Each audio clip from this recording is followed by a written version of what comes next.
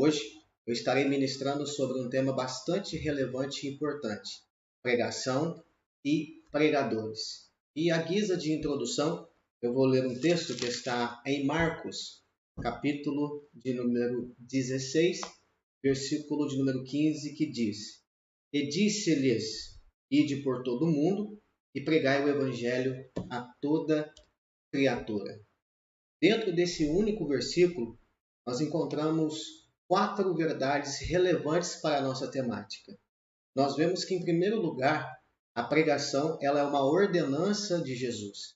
Foi Jesus que ordenou que o evangelho fosse pregado, de forma que a pregação ela é fundamental para a exposição das verdades celestiais e também para o avanço do reino de Deus. A segunda verdade é que a pregação ela visa expor o evangelho, as boas novas de salvação. O conteúdo da pregação é o evangelho de Cristo. A terceira verdade é que esta pregação ela seria realizada pela igreja, a igreja de Jesus, aqueles que foram salvos e remidos e receberam o Espírito Santo, foram comissionados a pregar o evangelho. É de tarefa da igreja expor essa tão gloriosa verdade de salvação. Em quarto lugar, o destinatário dessa mensagem. Essa mensagem é uma mensagem universal, ela deve ser pregada a toda criatura, em todos os lugares e em todos os tempos. Vendo quão importante é a pregação, vendo quão importante é essa importante tarefa, nós analisaremos essa importante temática à luz da Bíblia e também de uma forma teológica. Nós precisamos entender uma das coisas que realmente hoje tem trazido tristeza é a pregação e suas deficiências. A pregação evangélica, uma das mais importantes práticas do cristianismo, infelizmente está em crise em muitas igrejas contemporâneas. Nós sabemos que não é toda igreja que de fato tem em seu púlpito uma mensagem bíblica, cristocêntrica e teologicamente coerente. Mesmo o número de pregadores ter crescido numericamente aqui no nosso país, o mesmo não ocorreu com a qualidade do ensino e da pregação.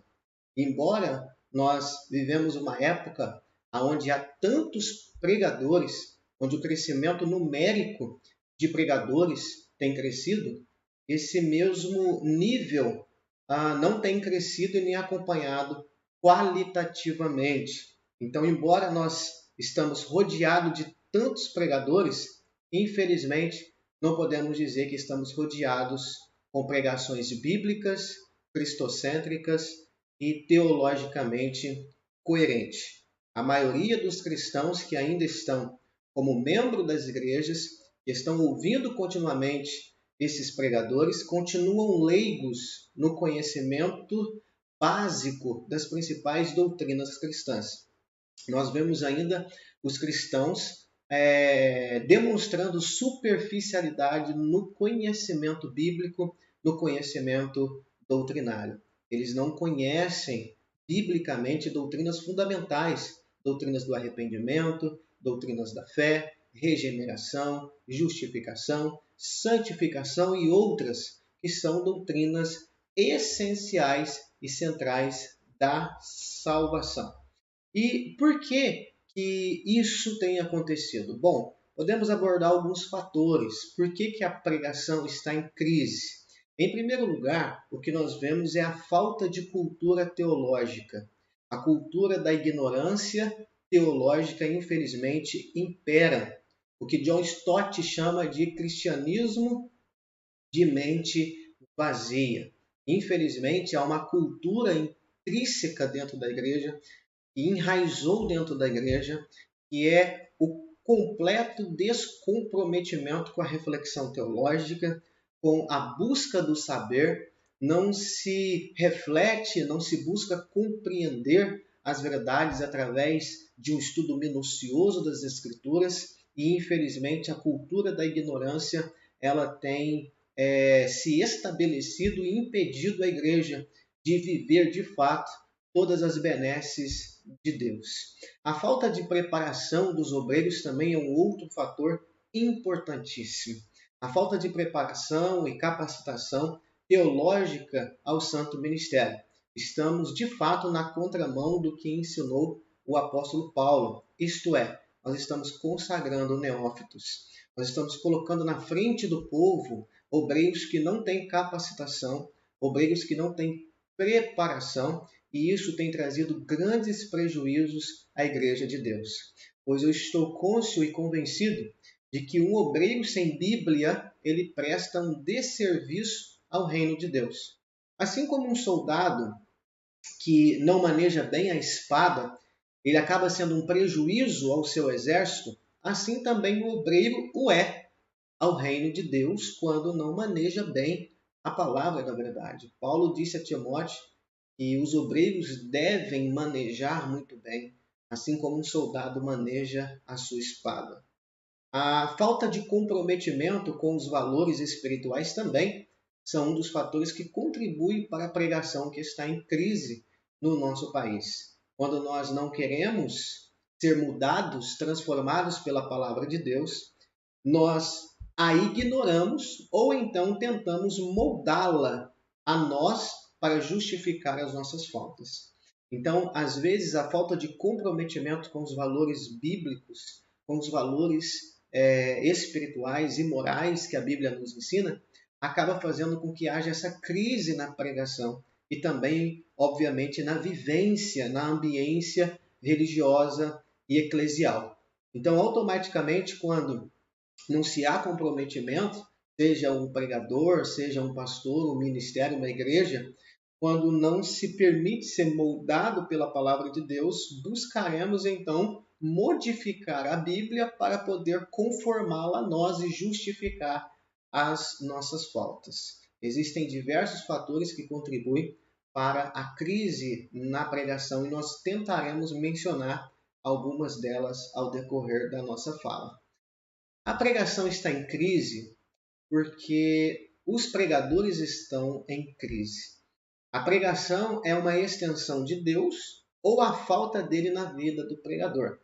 É claro que, esporadicamente, eventualmente, episodicamente, uma pessoa que já está na ambiência religiosa, ela pode sim ser usada por Deus. Nós vemos isso em vários textos na Bíblia, e onde, por exemplo, o profeta Balaão ele foi inspirado a abençoar o povo de Deus quando foi contratado para fazer o contrário, mas isso não significava que Balaão de fato andava com Deus.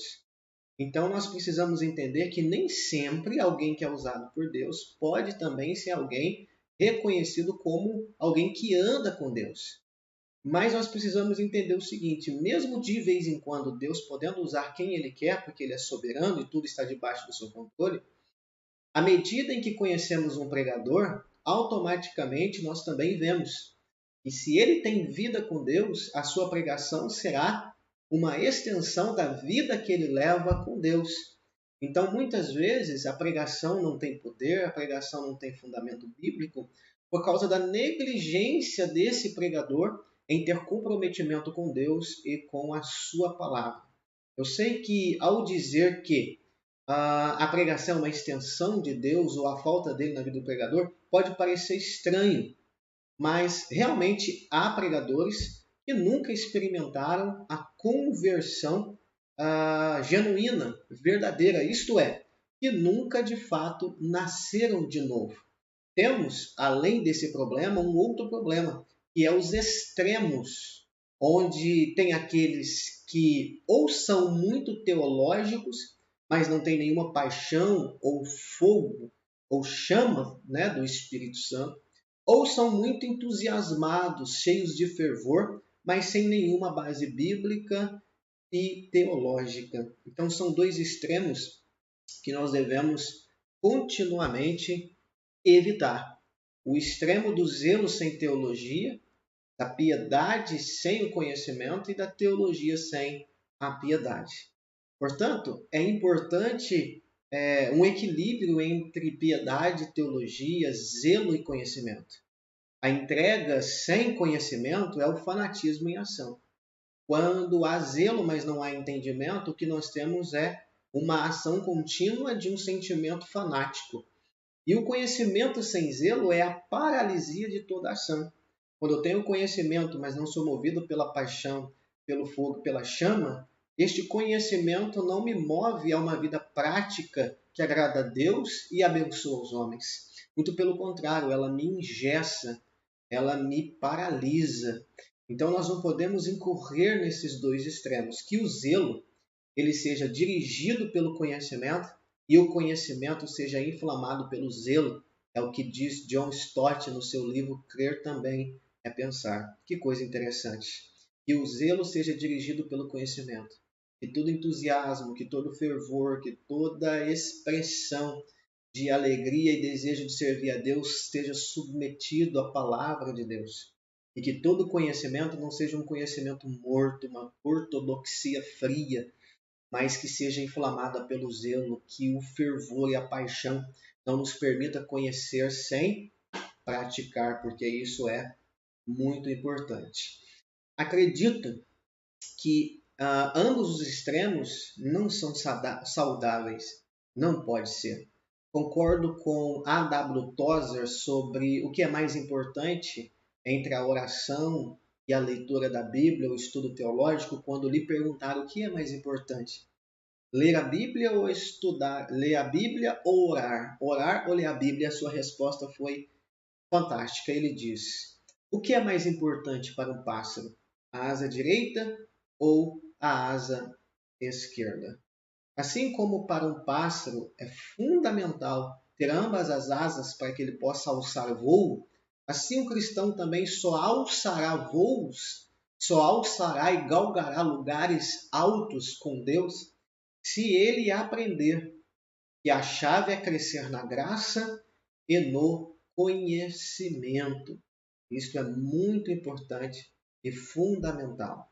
Que todos nós tenhamos uma dedicação e tenhamos uma agressividade, entre aspas, na busca por uma vida fervorosa, em oração, em jejum, mas que também tenhamos uma vida debruçada sobre a Bíblia e sobre literaturas que me ajudarão e auxiliarão no conhecimento de Deus. Não podemos incorrer no erro de uma pregação ortodoxa, né? Uma pregação que seja fiel à Bíblia, mas que não tenha vida, pois nós dependemos do poder do Espírito Santo para que a pregação alcance os seus resultados. Nós pregamos aos ouvidos, mas é o Espírito que aplica aos corações. Nós pregamos o arrependimento, mas quem leva o homem ao arrependimento é o Espírito Santo. Paulo diz que toda a sua pregação não consistia em palavras persuasivas de sabedoria humana, mas em demonstrações de poder e do Espírito, para que a fé se apoiasse no poder de Deus. Então, a pregação é fundamental e, além de ortodoxa, bíblica e coerentemente teológica, ela também tenha vida, ela tenha poder, ela possa, de fato, ter um efeito transformador na vida das pessoas. Então, não podemos incorrer no erro de uma pregação ortodoxa, mas sem vida, sem poder, e nem numa pregação entusiástica, uma pregação fervorosa, uma pregação com fervor, mas sem base bíblica, sem verdade. Uma mensagem que pode até gerar emoção, mas não pode gerar libertação. Uma mensagem pode fazer os ouvintes chorar, mas não pode produzir arrependimento. Porque o cristão deve caminhar sobre a base da verdade. O cristão deve caminhar sobre a base da Escritura. O caminho do justo deve ser trilhado pela luz da palavra, como diz o salmista no Salmo 119, verso 5. Lâmpada para os meus pés é a tua palavra e luz para o meu caminho. Então a pregação ela deve ser ortodoxa e bíblica, com certeza, ela deve ser coerente com as Escrituras, porque quando eu não prego ortodoxamente, não é Deus quem está falando, sou eu quem estou falando, não é a verdade de Deus, é a minha verdade, não é a doutrina dos céus, é a doutrina de homens. Mas não apenas isso. A palavra tem que ter poder, ela tem que ser manifestada com graça. O Espírito Santo, ele tem que estar de forma poderosa, ativa em nossas pregações, para que essas verdades alcancem o coração dos pecadores, quebre os seus orgulhos, leve-os a arrependimento e os leve quebrantados, rendidos à fé na pessoa bendita de nosso Senhor e Salvador Jesus Cristo.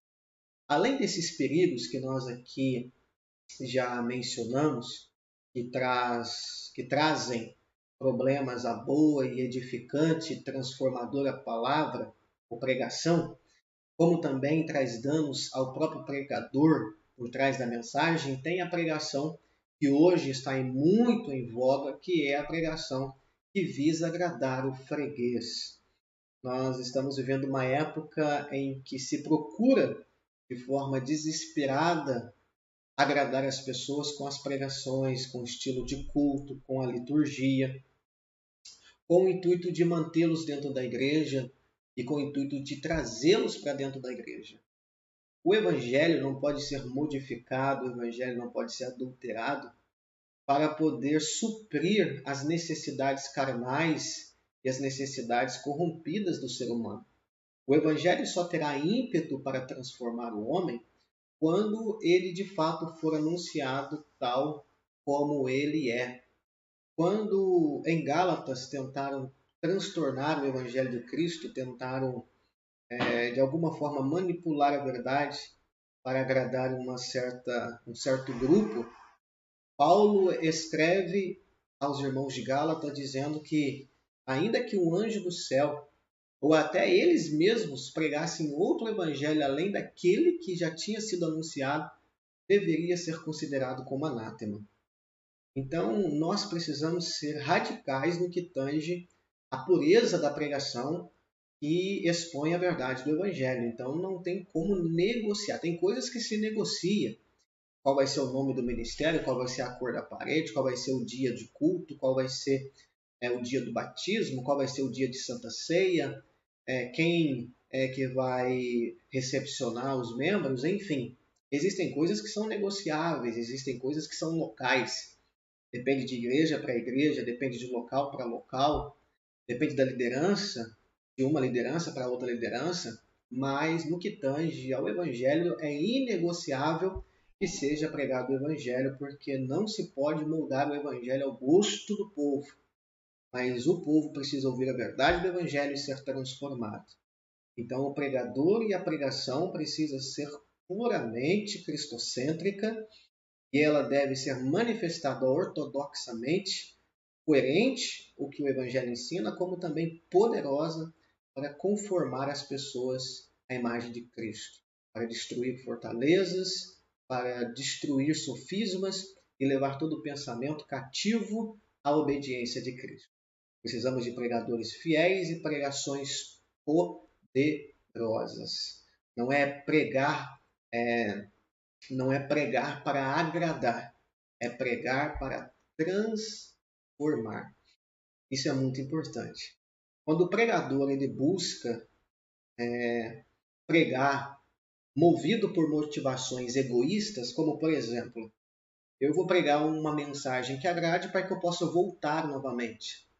Eu vou pregar uma mensagem que possa impressionar, que o povo possa gostar, para que a partir dali outras pessoas me convidem para suas igrejas. Eu vou pregar uma mensagem porque eu vivo de oferta, então eu tenho que agradar. Eu vou pregar porque senão eu posso espantar as pessoas da igreja. Então, nós precisamos, na verdade, de pregadores que sejam fiéis. Fiéis ao Evangelho, fiéis à palavra e que não tenham medo de forma nenhuma de bater de frente com todas essas dificuldades. Então, nós não podemos pregar para agradar, não podemos pregar para granjear a agenda, nós não podemos pregar para manter as pessoas dentro da igreja. a não ser para mantê-las de fato na vivência do Evangelho. Porque esse é o objetivo, pregar para que elas permaneçam na fé. Então eu não posso de forma nenhuma cair nessa filosofia que hoje está imperando no meio da igreja.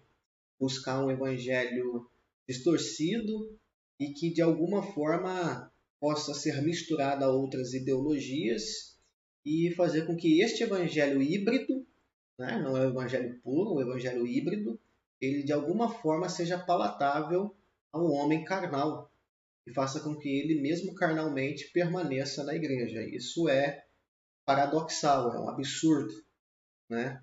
Mas infelizmente isso tem acontecido muito. Então, não é pregar o que é certo que está em voga hoje. Não, o que importa para muitos, né, não é todos, graças a Deus, mas o que importa para muitos não é pregar o certo, mas pregar o que dá certo. Não é fazer discípulos, mas fazer adeptos. Não é fazê-los servo de Deus, e sim fazer de Deus os seus servos. Né? Não é, se tornar servo de Deus e acatar sua vontade. É criar para si um Deus que faça as suas vontades. Não é viver para o abençoador, mas sim barganhar com suas bênçãos. Então, o tipo de pregação que nós estamos tendo hoje reflete muito a partir do tipo de pregadores que nós temos.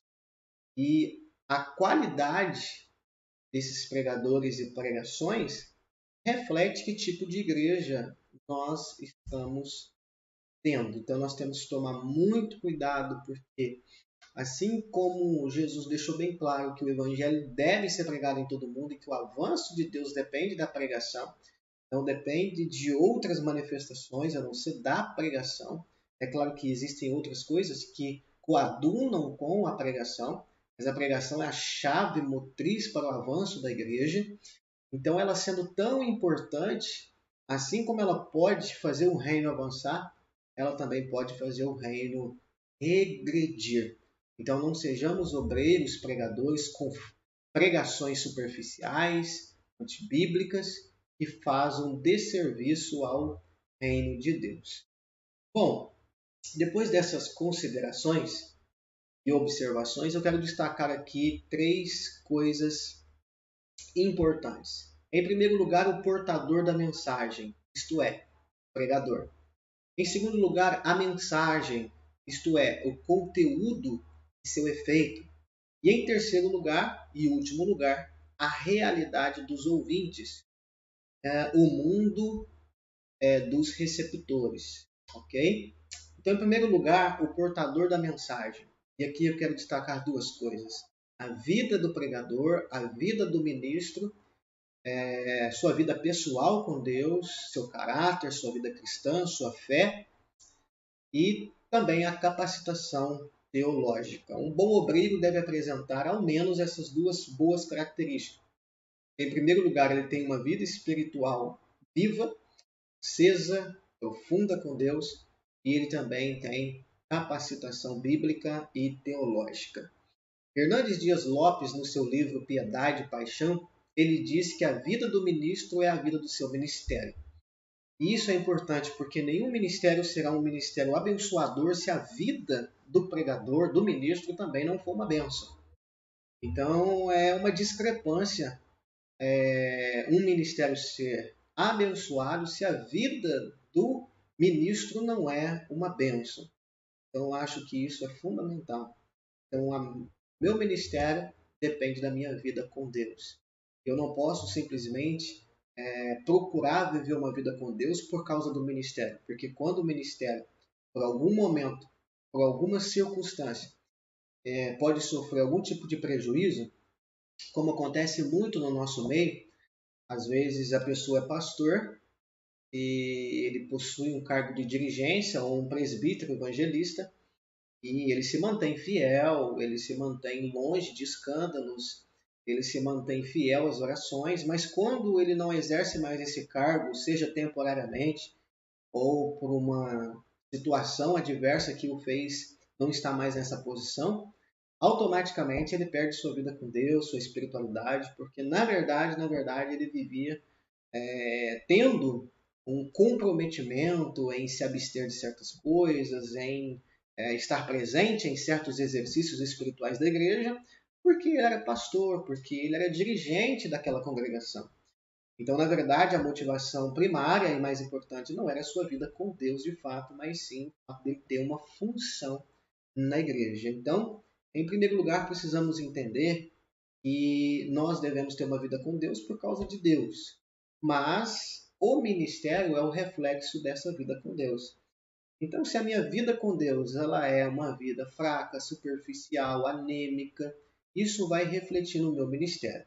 John Stott ele diz uma coisa interessante, que a prática da pregação não pode ser divorciada da vida do pregador. Então, isso significa que a pregação ela não simplesmente deve existir por meio das palavras do pregador, mas através da vida do pregador. E ele não prega só aos ouvidos, ele também prega aos olhos. E muitas vezes a única maneira que ele tem de pregar ao ímpio é com seu estilo de vida.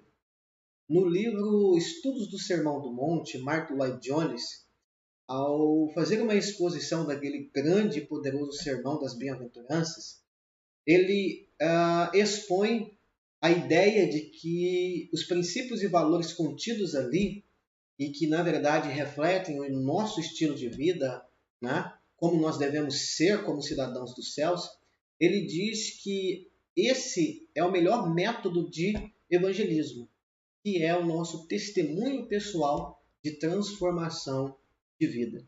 Então, John Stott, acertadamente, ele diz que a prática da pregação não pode estar divorciada com a vida do pregador.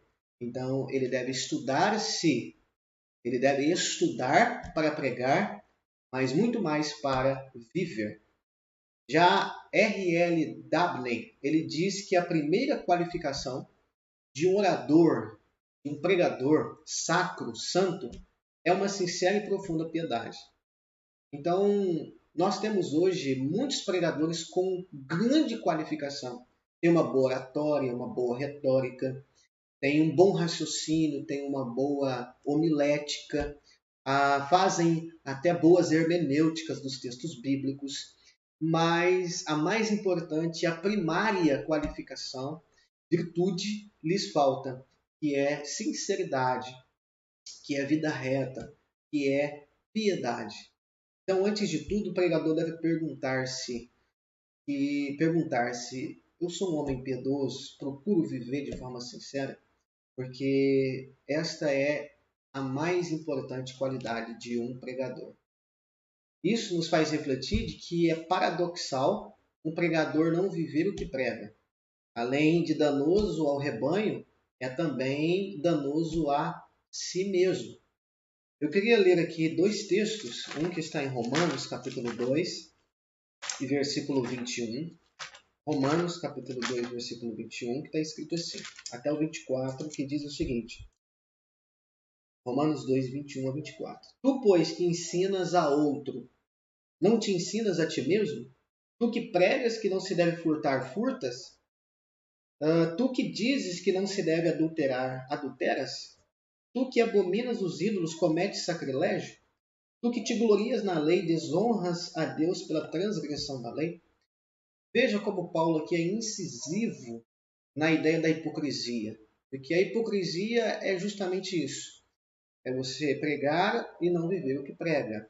É você confessar um determinado estilo de vida e conduta, aprovar um estilo de conduta que na verdade você não vive. Então é uma incoerência, é uma hipocrisia. Nós devemos ter cuidado com a doutrina bíblica, nós devemos ter cuidado com aquilo que nós pregamos, mas também cuidado com aquilo que nós vivemos. Porque efeitos desastrosos e ruidosos podem acontecer quando somos negligentes. Outro texto de Paulo também, 1 Timóteo 4,16, ele diz: tem cuidado de ti mesmo e da doutrina, persevera nestas coisas, porque fazendo isto te salvarás, tanto a ti mesmo como aos que te ouvem. Então nós temos que ter cuidado com a doutrina, nós temos que ter cuidado com a palavra de Deus, não apenas pregar, mas também viver. E, como diz, perseverar nessas coisas, porque fazendo isso, nós seremos galardoados com a salvação. Não que a salvação seja fruto de nossas obras, mas uma vez salvo, vivemos segundo os valores desta salvação. Pois, queridos, espera-se, obviamente, de um pregador uma postura fiel a Deus e também aos homens. Não é só uma postura de pregador quanto igreja, mas quem ele é perante os homens. Se ele é honesto, se ele fala a verdade, se ele é amoroso, se ele é justo, se ele é piedoso. Todas essas coisas devem fazer parte da vida do pregador. Que a vida do pregador, a vida daquele que transmite a mensagem seja uma bênção. Esse é o objetivo, que a vida dele seja uma bênção. E que corrobore, obviamente, com aquilo que ele prega e com aquilo que ele ensina. Fernando Dias Lopes diz, um pregador jamais será uma pessoa neutra. Ele é uma bênção ou uma maldição. Parece um pouco pesado dizer que um pregador pode ser uma maldição, mas é. Quando a sua semente é uma semente que não é a semente da palavra de Deus, o que ele semeia gerará frutos de discórdia, de incredulidade, de apostasia e entre outras coisas. Antes de pregar aos outros santidade, o pregador deve viver essa santidade. Antes de pregar aos outros amor, ele vive na prática esse amor. John Owen disse: ninguém prega seu sermão bem para os outros se não prega primeiro o seu coração. Então é comum os pregadores eles estudarem quando estudam, né? Mas estudam para isso, para pregar, para fazer o seu esboço, para formar o seu sermão. E não para aplicar ao seu próprio coração e, consequentemente, a sua própria vida. Então John Owen foi muito feliz na sua colocação. Todo sermão que eu estudo, primeiro eu devo aplicar ao meu coração, porque primeiramente eu estudo a palavra de Deus para que eu possa viver para Deus. E não para pregar e ensinar. Antes de tudo, eu preciso que ela esteja não apenas nos meus lábios, mas também em meu coração. Ok? É por isso, queridos, que nós vemos muita discrepância entre a pregação e a vida do pregador. Às vezes até não falta teologia, mas falta piedade. Às vezes a mente está cheia de conhecimento, mas as suas obras são poucas ou quase nenhuma. Debruça-se muito sobre os livros, mas muito pouco se ajoelha diante. Uma boa teologia não se faz somente em cima dos livros ou da Bíblia. Uma boa teologia se faz também de joelhos na presença de Deus, para que ao estudar e ler a nossa mente ela possa ser enriquecida, mas ao ajoelhar o nosso coração seja aquecido e inflamado pela palavra de Deus. Então, oremos para que o Senhor levante pregadores que tenham uma vida piedosa, que conheça a Deus e ame a Deus de todo o coração, que viva na prática aquilo que prega. É o que nós precisamos. Mas também que tenhamos obreiros capacitados teologicamente. Devemos orar para que haja obreiros que amem a Deus, sejam fervorosos, mas também que sejam capacitados teologicamente. Diante de um crescimento de igrejas de mercado, cujo objetivo é usar o evangelho como empreendedorismo financeiro, mercadejando a fé e usurpando os bens dos fiéis, urgentemente precisamos de uma boa e saudável teologia para não sucumbir aos engodos dessas falsas doutrinas. Nós estamos vendo o crescimento gigantesco de novas igrejas. E muitas dessas igrejas são igrejas de mercado, onde a prosperidade terrena, onde o bem-estar terreno, a vida financeira é o centro e o âmago e o cerne de suas pregações. Eles se utilizam de uma mensagem extremamente refinada e sofisticada para fazer cócegas ao ego humano e levá-los a acreditarem mais em si mesmo do que em Deus, ou a confiarem sem base bíblica em Deus, na verdade, desenhando a caricatura de um Deus que não existe, e então eles vão à torta e à direita, vivendo uma vida completamente distante do que ensina a palavra de Deus. Então nós precisamos hoje, para nos defender e nos proteger de tanta mentira, nós precisamos de uma boa e saudável teologia. São milhares de novas igrejas que têm surgido e cada uma prega, ensina aquilo que quer, sem nenhuma reflexão teológica e base bíblica, com manifestações estranhas, espúrias, né? Com superstições, colocando fé em objetos, com unções que são estranhas à Bíblia Sagrada, que são estranhas à fé bíblica e inteligente. Não se questiona, não se pergunta, não se reflete sobre essas manifestações e unções e essas coisas que se fazem, se é bíblico, se tem amparo bíblico, se está escrito em algum lugar, se de fato vem de Deus. Então, infelizmente, falta um senso crítico, não no sentido pejorativo, mas no sentido de análise, de reflexão. E, infelizmente, muitos têm sido levados por esse vento de doutrina.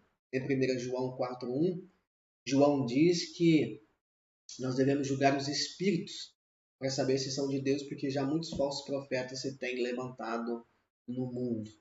Então, queridos, infelizmente, há uma necessidade de que os verdadeiros chamados à pregação do Evangelho, eles possam dedicar-se à capacitação bíblica e teológica, para que eles possam, de fato, colher bons frutos. Charles Haddon Spurgeon, ele disse: quem cessa de aprender, cessou também de ensinar. Quem não semeia na sala de estudos, não colhe no púlpito. Essa é uma grande verdade. Eu não prego apenas com entusiasmo, mas prego também com a verdade. Eu devo estar cheio de graça, mas também cheio de conhecimento. Isso porque a fé não exclui o uso da razão. Eu não posso ser negligente em achar que viver a fé exclui o entendimento e a razão. Pelo contrário, eu recomendo que você leia o livro de John Stott, Crer Também é Pensar, e ele discorre esse assunto de forma maestral. A teologia não é inimiga da fé, embora muitos a tenham como inimiga da fé. Um pregador sem preparo não serve a Deus e nem tampouco a igreja, não contribui positivamente. A teologia não mata a espiritualidade, não exclui a vida de oração zelosa. Então, se alguém começou a estudar teologia e ele começou a perder a sua força na oração, ele começou a morrer espiritualmente, nós não podemos dizer que essa teologia é uma boa e saudável teologia. A teologia, antes de tudo, ela procura Deus. E não tem como uma teologia bíblica pura, que tem como objetivo conhecer a Deus através dos meios que ele nos forneceu para conhecê-lo, e morrer espiritualmente e deixar de orar. Então, na verdade, a culpa não é da teologia, mas sim de uma falsa teologia. A verdadeira teologia deve tornar a cada um de nós um cristão melhor e, consequentemente, um pregador melhor. Ok? Bom, para finalizar esta parte, sintetizamos e resumimos que cabe ao pregador ter uma vida coerente com a sua pregação. E antes de ser pregador, saiba que foi chamado a uma vida com Deus e que sua vida espiritual é a vida do seu próprio ministério. E que não só devemos manter acesa continuamente a chama do Espírito, mas também sermos iluminados pelo conhecimento bíblico e teológico. Amém? Em segundo lugar, o conteúdo da mensagem. Paulo disse em 1 Coríntios, capítulo 2, versículo 2: eu nada me propus saber entre vós, senão Cristo e este crucificado. O mensageiro e sua vida são importantes, mas também sua mensagem o é. Às vezes, um pregador zeloso um pregador fervoroso, pode cometer deslizes e pregar uma inverdade porque não estudou o suficiente. Antigamente, alguns pregadores de vertente pentecostal, e digo conhecimento de causa porque eu sou adepto à teologia pentecostal, mas a clássica, e era comum a gente ver pregadores que não estudavam, não se preparavam, não liam a Bíblia, mas em cima do púlpito abriam ela e onde caísse, ali eles pregavam porque cria que aquilo era revelação e vontade de Deus para que eles pregassem aquilo que naquele momento foi lhes dado. Ou que no meio do culto eles tivessem alguma revelação a partir de um arrepio do que ouviu no hino e aquilo o convencesse de que parte do que ele entendeu naquele hino é o que ele queria pregar, então ele começava a cavar na Bíblia ou pensar num versículo para que ele pudesse corroborar com aquele pensamento, e isso é um perigo, né? Porque a hermenêutica não nos permite fazer isso. O bom pregador tem que ser um bom hermenêutico, um bom hermeneuta, porque ele não pode impor ao texto, ter uma ideia do que pregar e cavar a Bíblia, procurar um versículo para dar subsídio àquilo. Isso é impor ao texto, é uma exegese. A exegese não, a exegese você extrai do texto o que o texto está querendo dizer. Você deixa o texto falar por si só. Então, durante muito tempo isso aconteceu e óbvio, né? Não havia nenhum tipo de coerência, as mensagens eram sem nexo, sem começo, meio e fim, e infelizmente isso prejudicou demais a igreja. Então, nós precisamos tomar muito cuidado com isso, porque a mensagem ela é fundamental. E mesmo um pregador zeloso, fervoroso, ele pode sim cometer heresia, porque não estudou o suficiente. Deus não nos deixou um livro, que é a Bíblia, para depois dizer, não precisa de vocês ler a Bíblia. Tudo que vocês precisarem, eu vou dar um jeito de revelar para vocês de outra forma. Embora isso pareça estranho ao dizer, mas é exatamente o que muitos fazem. Descartam o estudo, a teologia e esperam que Deus revele sua vontade de outras maneiras. Por que Deus iria ter a preocupação de deixar documentado toda a revelação que é fundamental para a salvação, para depois não fazer conta deste livro e procurar nutrir nossas necessidades, suprir nossas necessidades salvíficas por meio de outras fontes de revelação? Isso não faz nenhum sentido, sendo que a própria Bíblia dá essa autonomia e autoridade suprema como revelação suprema e autoritária de Deus sobre a igreja. Ok? Nenhum efeito pode se esperar de uma pregação incoerente e antibíblica. Então, você que é pregador ou que aspira ao ministério, entenda uma coisa. Deus jamais vai corroborar, Deus jamais vai agir em resposta daquilo que não é a palavra dele. Deus cumpre a sua palavra, Deus vela sobre a sua palavra. Deus é coerente com aquilo que ele diz. Então, a menos que o pregador de fato pregue a palavra de Deus, não pode esperar que haja algum efeito positivo nos ouvintes. Seria completamente incoerente. Jesus disse que a libertação ela vem pelo conhecimento. E o conhecimento da verdade. A verdade é a palavra de Deus. João 8,32, conhecereis a verdade e a verdade vos libertará. A pregação tem que ser bíblica, mas também tem que ser poderosa. Eu vou ler um texto aqui que eu achei muito interessante para essa temática. 1 Coríntios, primeira carta do apóstolo Paulo aos Coríntios, capítulo 2, versos de 1 a 5, ele diz o seguinte: E eu, irmãos, quando fui ter convosco, anunciando-vos o testemunho de Deus, não fui com sublimidade de palavras ou sabedoria humana. Porque nada me propus saber entre vós, senão Cristo e este crucificado. E estive convosco em fraqueza e em temor e em grande temor.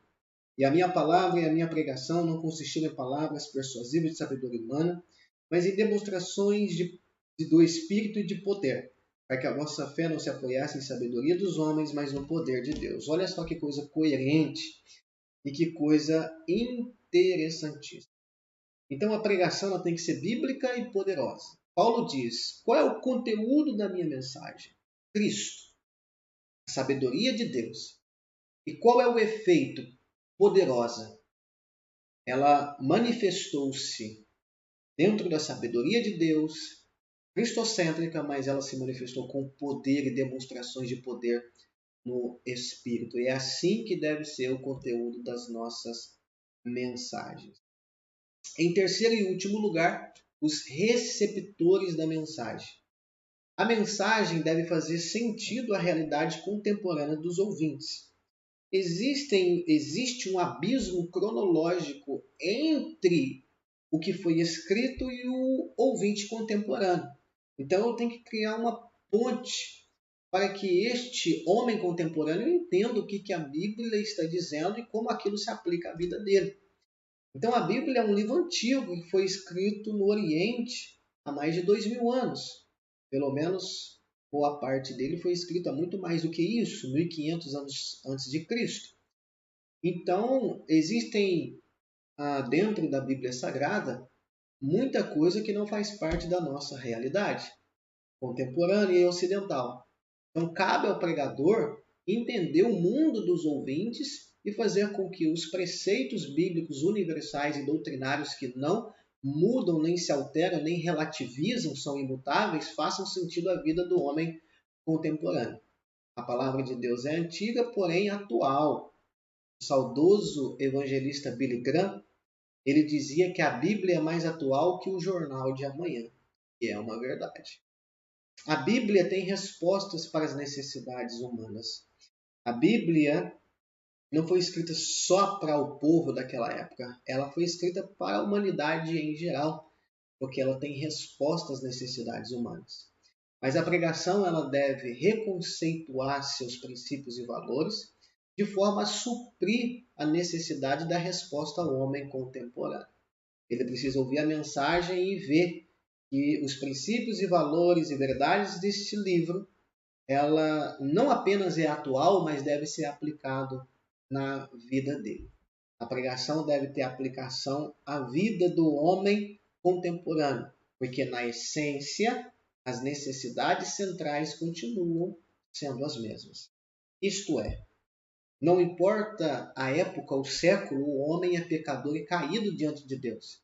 Ele tem a necessidade de conhecer a verdade, de se arrepender de seus pecados, de confessar e abandonar sua vida de pecado e converter-se a Cristo Jesus e entregar-se à obra de Deus através do Espírito Santo para que viva uma vida santa e piedosa. Então, as necessidades centrais do homem continuam sendo a mesma.